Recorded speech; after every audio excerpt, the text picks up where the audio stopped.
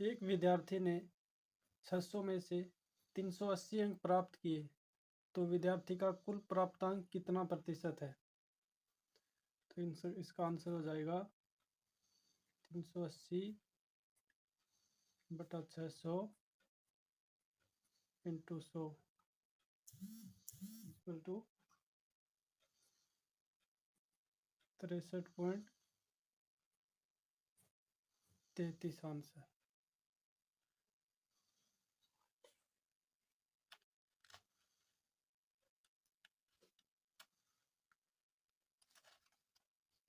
अगला क्वेश्चन है, एक विद्यार्थी ने 200 अंक प्राप्त किए। यदि उसके अंकों का कुल पूर्णांक 40% के बराबर है तो कुल पूर्णांक बताइए। यानी 40% बराबर है 200, तो ये आ जाएगा 200 बटा 40 और इसका 100% निकालेंगे तो ये 100 आ जाएगा। ये काटेंगे तो कुल पूर्णांक 500 आ जाएगा।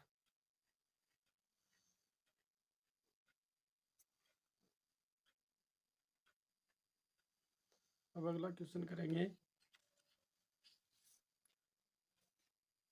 एक विद्यार्थी ने किसी परीक्षा में 40 अंक प्राप्त किए तथा 32 अंकों से फेल हो गया। यदि उस परीक्षा का न्यूनतम पूर्णांक 36% है तो कुल पूर्णांक बताइए। यानी कि 36% बराबर है 40 प्लस 32, तो इसका हो जाएगा 40 प्लस 32 इजिकल टू 72। ये है 36% के बराबर। तो इसका कुल पूर्णांक यानी 100% निकालेंगे तो इसके बटा में 36 इंटू 100, ये इससे 2 बार कट जाएगा तो इसका आंसर आ जाएगा 200।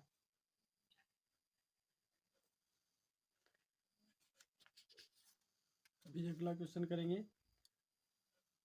500 अंक की एक परीक्षा में एक विद्यार्थी ने 180 अंक प्राप्त किए तथा 20 अंकों से फेल हो गया तो परीक्षा का न्यूनतम पूर्णांक कितना है? यानी कि न्यूनतम पास होने के लिए कितने प्रतिशत चाहिए?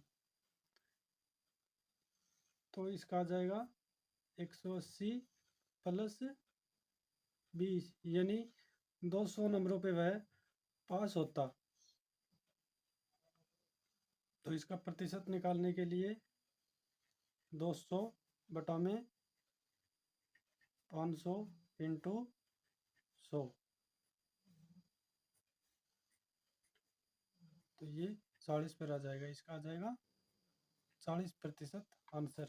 40% पे वह पास होता। न्यूनतम पास होने के लिए 40% अंक चाहिए।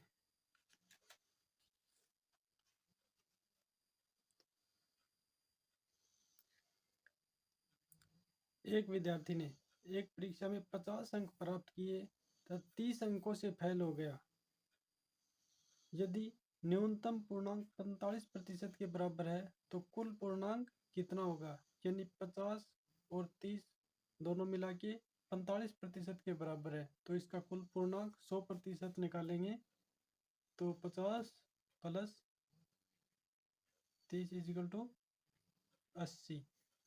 ये 45% बराबर है 80, तो इसका 100% निकालेंगे तो बटा में 45 इंटू 100,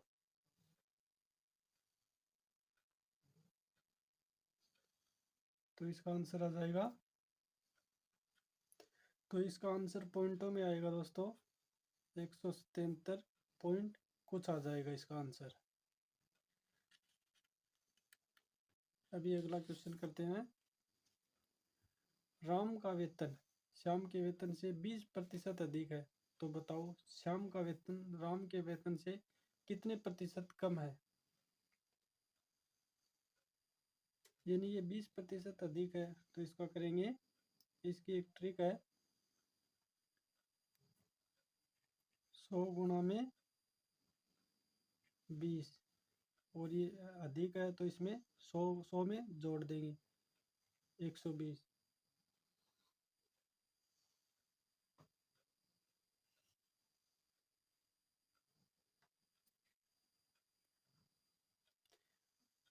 तो इसका आंसर आ जाएगा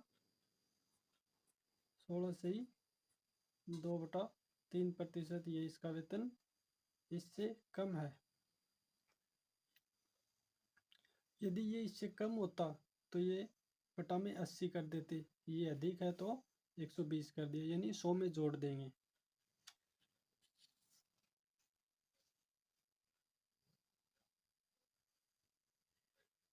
ये अगला क्वेश्चन आ गया।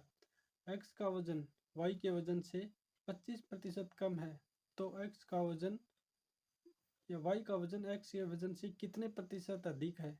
यानी ये आ गया 25% कम, तो इसकी ट्रिक हो जाएगी 100 गुणा 25 बटा में यह आ जाएगा 75। ये 25% कम है इसलिए ये 100 में से घटा देंगे 25 को तो 75 आ जाएगा।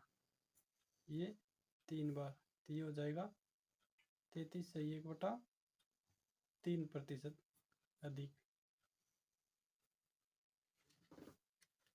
अभी अगला क्वेश्चन देखते हैं। चीनी के भाव में 15% की वृद्धि हो गई तो बताओ किसी घराने को खपत में कितने प्रतिशत की कमी करनी चाहिए ताकि खर्च पर कोई प्रभाव न पड़े। तो सेम वैसा ही प्रश्न है। 100 गुणा में 25% की वृद्धि हुई है तो 100 गुणा में 15 बटा में इसको जोड़ देंगे 100 में 115, तो इसका आंसर आ जाएगा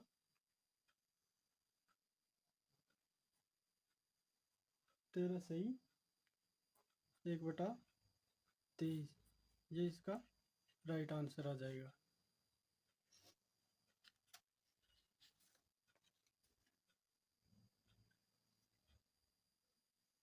अगला क्वेश्चन बहुत ही अच्छा दोस्तों।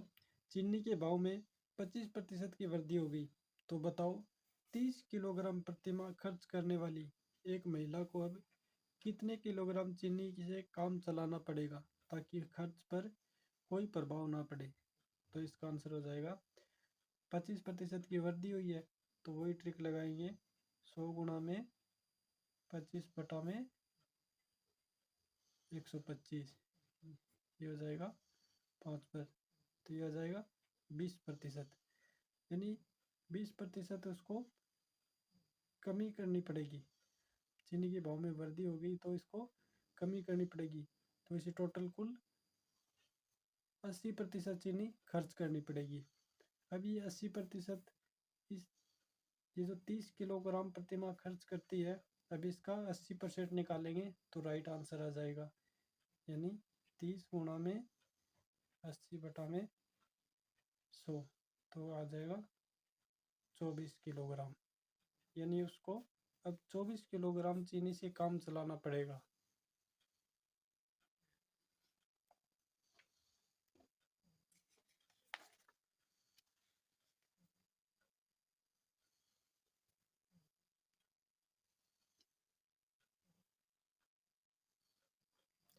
अगला क्वेश्चन है। चीनी का भाव 6 रुपये प्रति किलोग्राम से बढ़कर 7.5 रुपये प्रति किलोग्राम हो गया तो बताओ किसी गृहिणी को खर्च में कितने प्रतिशत की कमी करनी पड़ेगी ताकि बजट पर कोई प्रभाव न पड़े। यानी 6 रुपये से बढ़कर 7.5 रुपये हो गए तो इसको 7.5 माइनस 6, ये आ जाएगा 1.5, ये हो गया 6 रुपये पर 1.5 रुपये बढ़ा है तो इसका परसेंटेज निकालेंगे तो 1.5 बटा में 6 इंटू 100, तो ये आ जाएगा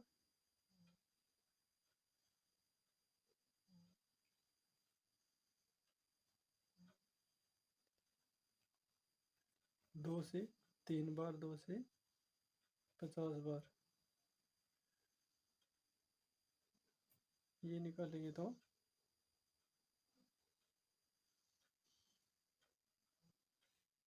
यानी ये आ जाएगा 25%। यानी ये 25% की वृद्धि हुई है। सेम वही क्वेश्चन आ गया है, उसमें डायरेक्ट बता रखा था इतने प्रतिशत की वृद्धि हो गई, और इसमें हमने निकाला है कि 6 रुपये में 6 रुपये से 7.5 रुपये हो गए, यानी कि 25% की वृद्धि हो गई। तो इसका आंसर निकालेंगे तो 100 गुना में 25 बटा में 125। जब इसको काटेंगे तो नहीं 20% इसका आंसर आ जाएगा। 20% पर बजट पर कोई प्रभाव नहीं पड़ेगा, यानी 20% वह कम खर्च करेगी गृहिणी तो उसके बजट पर कोई प्रभाव नहीं पड़ेगा। अभी अगला क्वेश्चन देखते हैं। घी का भाव 250 रुपये से घटकर 200 रुपये हो गया, तो बताओ खपत में कितने प्रतिशत की कमी या वृद्धि करें ताकि बजट पर कोई प्रभाव न पड़े। सेम वही प्रश्न आ गया, यानी कि 250 रुपये से घटकर 200 रुपये हो गया, तो ये हो जाएगा 250 माइनस 200 यानी 50% की कमी हुई है। तो इसका ये बीच में वीडियो बंद हो गया था दोस्तों। यानी घी के भाव में 250 रुपये से घटकर 200 रुपये हो गया, तो बताओ किसी खपत में कितने प्रतिशत की कमी या वृद्धि हो ताकि बजट पर कोई प्रभाव नहीं पड़े। यानी सेम वही प्रश्न आ गया, 250 से घटकर 200 रुपये हो गया, तो 250 में से 200 घटा देंगे तो 50 रुपये।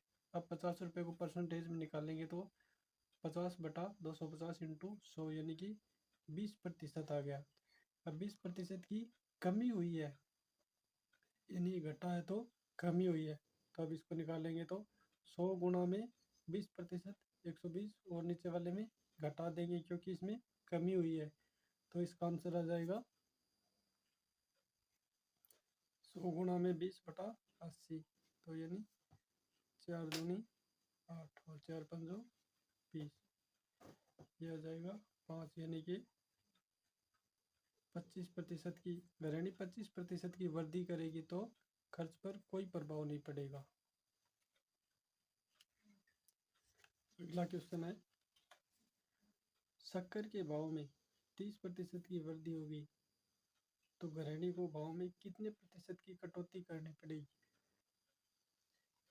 सेम वैसा ही क्वेश्चन है, 30% की वृद्धि होगी तो 100 गुना में 30 बटा में वृद्धि हो गई तो नीचे आ जाएगा 130, तो इसका आंसर आ जाएगा 300 बटा 13 इजिकल टू, इसका आंसर आ जाएगा 23 से 1 बटा 13। अगला क्वेश्चन है, एक चुनाव में 2 उम्मीदवारों में से जीतने वाले उम्मीदवार को 65% मत मिले, यदि हारने वाले को 4500 मत मिले तो कुल मतदान कितना हुआ। जीतने वाले को 65% मिले और हारने वाले को 4500 मत मिले, यानी कि कुल मतदान था 100%। 100 में से 65% जीतने वाले के थे, तो ये हो गया 35%। हारने वाले को मिले 35%। अब 35% बराबर है 4500, तो अब कुल मतदान निकालेंगे तो 4500 बटा 35 इंटू 100। अब आगे इसकी कैलकुलेशन करेंगे तो आंसर आ जाएगा। अब अगला क्वेश्चन करते हैं, किसी मतदान में एक उम्मीदवार को 55% मत हासिल करता है, यदि यह व्यक्ति 2000 मतों से विजित रहा तो कुल मतदान कितना हुआ। यानी वह 55% मत हासिल करता है और 2000 मतों से जीत हासिल करता है, तो हारने वाले को कितने प्रतिशत मिले। 100 माइनस 55 इक्वल टू 45। हारने वाले को 45% मत मिले और जीतने वाले को 55%, मगर यह 2000 वोटों से विजित रहा, यानी इनके दोनों का गैप है, इन दोनों का गैप है 10%। तो 10% बराबर है 2000। तो कुल मतदान कितना हुआ? 2000/10 इंटू 100, यानी कि कुल मतदान 20,000 आंसर।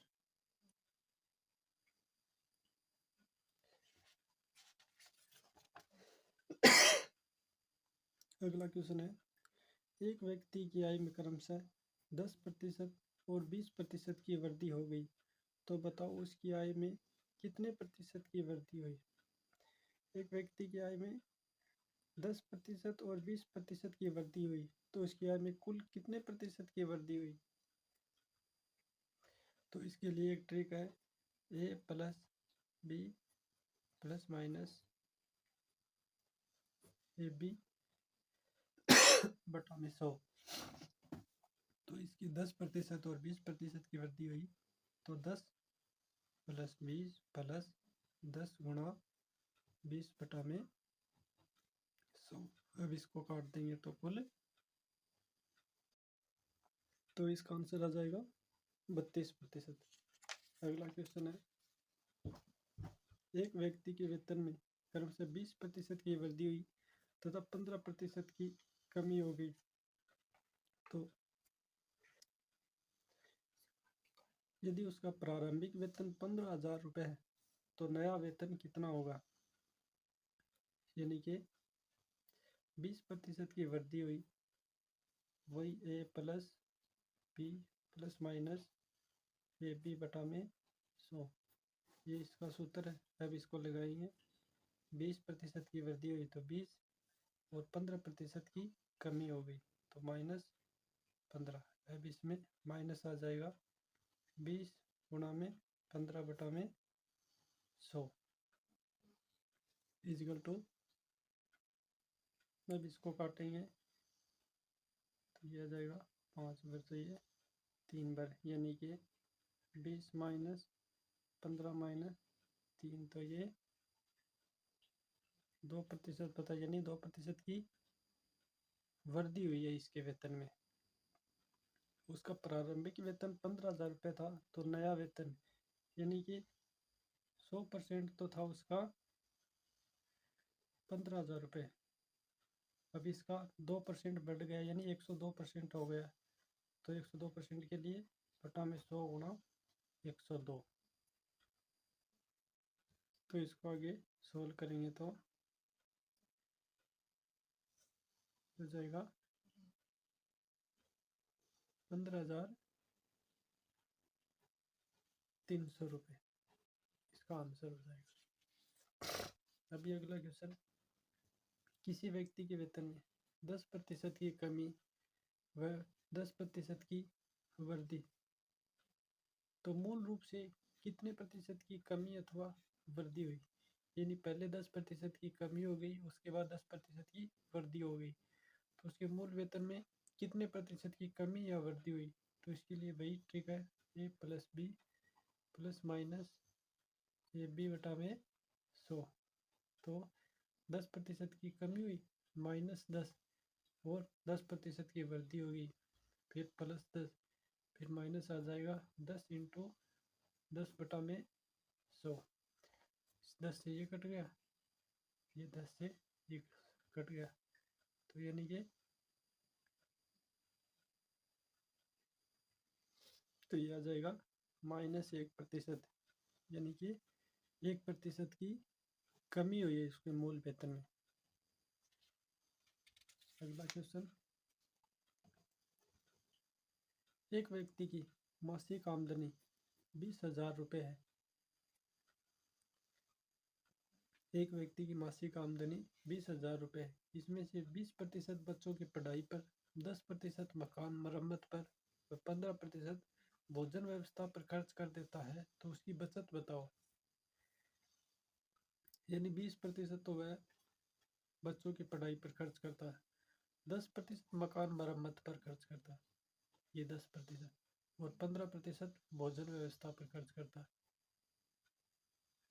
ये टोटल हो गया 20 और 10 30, यानी कि 45%। आमदनी का वह 45% तो खर्च करता है, अभी उसकी बचत निकालनी है, तो उसकी 100 में से 45% यानी 55% की कुल बचत होती है। तो 20,000 का 55% निकालेंगे तो 20,000 गुणा 55 बटा में 100, तो इसका आंसर आ जाएगा 11,000 रुपये आंसर।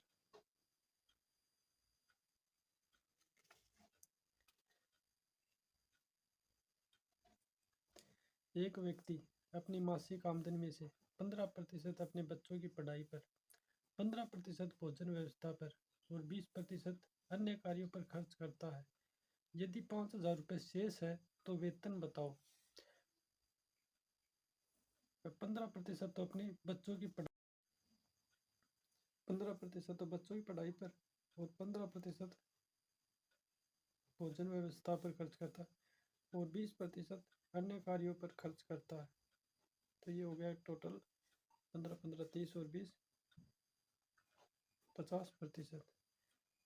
और 5,000 रुपये शेष बचते हैं, यानी 50% खर्च करके उसके पास 5,000 रुपये शेष बचते हैं, तो यानी आधा खर्च कर देता है। तो वैसे तो डायरेक्ट करेंगे तो इसका 10,000 आंसर आ जाएगा, फिर भी अगर ट्रिक से निकालेंगे तो 50% बराबर है 5,000 रुपये बटा 50 इंटू 100, तो ये हो जाएगा 10,000।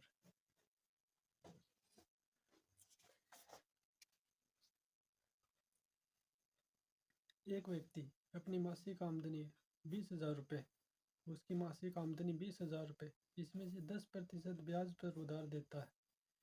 शेष का 10% बच्चों की पढ़ाई पर खर्च करता है और शेष का 20% अन्य कार्यों पर खर्च करता है, तो उसकी बचत क्या है। तो इसके लिए आ जाएगा उसकी कुल आमदनी तो 20,000 रुपये, उसके बाद वह 10%, इसमें क्या है कि उसमें 10% तो ब्याज पर उधार देता, शेष का 10% यानी शेष आ गया बीच में, बच्चों की पढ़ाई पर खर्च करता है और शेष का फिर से शेष आ गया, तो इसमें 20,000 10% ब्याज पर उधार देता है, यानी 90/100, 100 में से 10 घटा दिया तो 90/100, फिर शेष का 10% यानी फिर 90/100, और फिर शेष का 20% यानी कि 80/100। अब इसको करेंगे तो 1 2 3 4 2 3 4 1 2 1 2, अभी आगे निकालेंगे तो इसका आंसर आ जाएगा 12,960 रुपये, इसका आंसर आ जाएगा। तो दोस्तों ये थे कुल 20 क्वेश्चन। आपको कैसे लगे प्लीज़ कमेंट में बताएं और वीडियो को लाइक करें, चैनल को सब्सक्राइब करें। Thank you.